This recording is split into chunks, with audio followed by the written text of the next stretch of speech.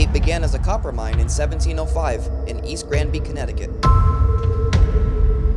The mine would prove to be unprofitable, leading government officials to approach the mine and landowner in 1773 with the idea of turning the property into a prison.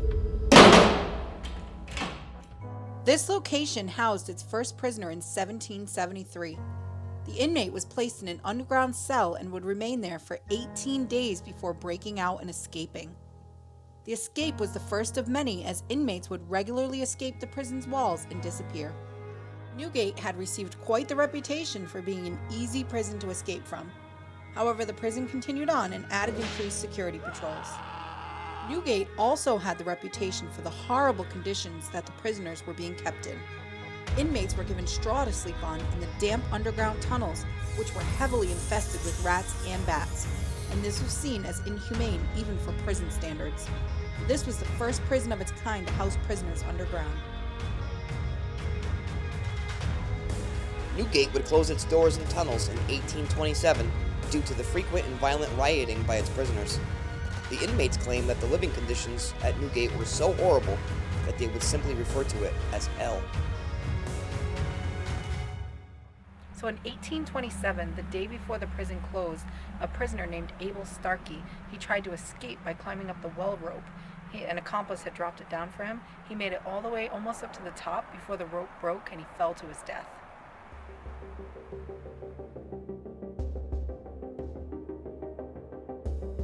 Next, we descend 80 feet below ground to the dark dungeon-like mine tunnels at Newgate Prison. Bats still occupy these tunnels from November to May every year, and the temperature underground is a consistent 52 degrees.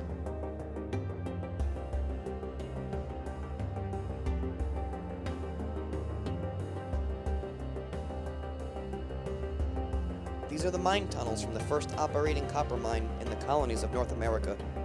However, all mining activity ceased sometime in the 1750s due to low profits. In these dark tunnels is where the prisoners were led up each morning in thick chains to be forcibly worked for hours in the prison yards.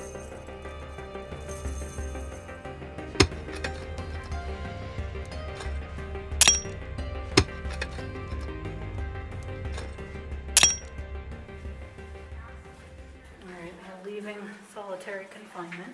This place is awesome. It's so cool. You gotta duck like super low. It's really hard to see. Go ahead.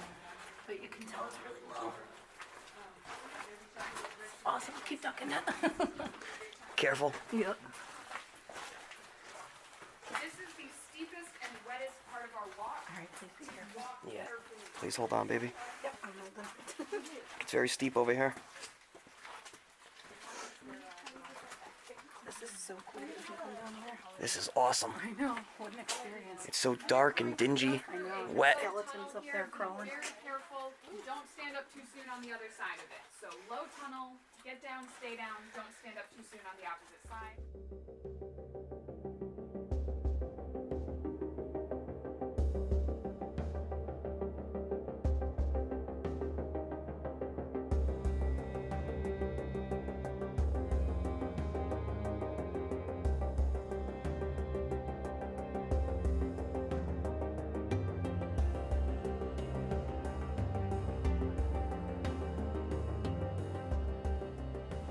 That was such an experience coming up from those tunnels.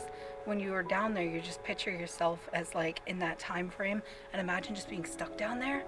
I can't even imagine how that must have felt. Like no sunlight. It was so dingy down there. It's cold. Dirty. Malnourished. Like just awful. Ugh. It's crazy, right? That's a horrible existence. Even for prisoners. I understand they were prisoners, but like that's a little too far on the line of like proper care for humans. Now, is this where the prisoners would go down? One of the ways they would go down into the mine shaft? I think it might have been. It's closed off now, obviously. Yeah, you can see straight down to the bottom. I remember when we were down there, we were looking up. Right. This might have been where they would have sent supplies down. Yeah, buckets or something. This was like a storage area. This is where some of the prison cells were, in this room right here. This is where they would keep the sick prisoners who were too sick to climb down the ladder to go down into the mine. So they would house them here. Honestly, I think this is better, obviously, down in that mine.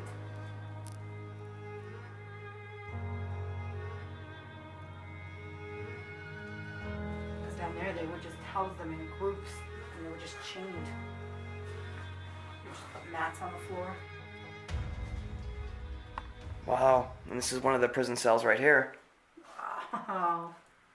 It's actually a pretty decent sized prison cell. Yeah, I wonder if they had multiple prisoners in Oh, here. you know what? They probably did. Oh, the shackles are still on the wall. It's so creepy. Wow.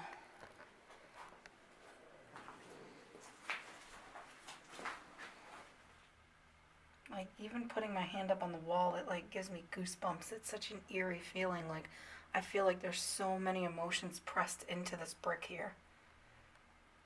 It's kind of overwhelming, to be quite honest. This is the first time I actually like stopped and felt like I like connected with something here. Like, I just put my hand up against the wall, and I just, it's a weird feeling. It really is. Wow. Yeah, there's no doubt. These bricks tell a story. Mm-hmm. Wow. Heavy energy. Very. Heavy. Oh my god. I don't know, this area in particular, around the back area, feels more heavy. I feel like it's just darker down here. Oh, I got to look at chills too. Yeah, you can definitely feel residual energy inside this wall. One of the main buildings that house the prisoners.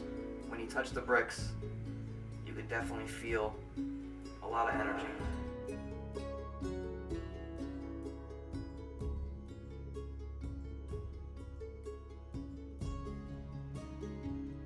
So actually the building that we're standing in right now is the old church that used to be on the property. Originally, prison officials built this building to house more prisoners, and we're not sure exactly how many cells it did have, but for whatever reasons, the building wasn't up to code. So prison officials then converted the building into a church. This is really interesting. So new laws in the early 1800s caused the prison population to grow. Construction of the 4-story cell block in 1824 removed prisoners from life in the mines. The ruins in front of you are all that remains of the cell block after a fire destroyed it in 1904.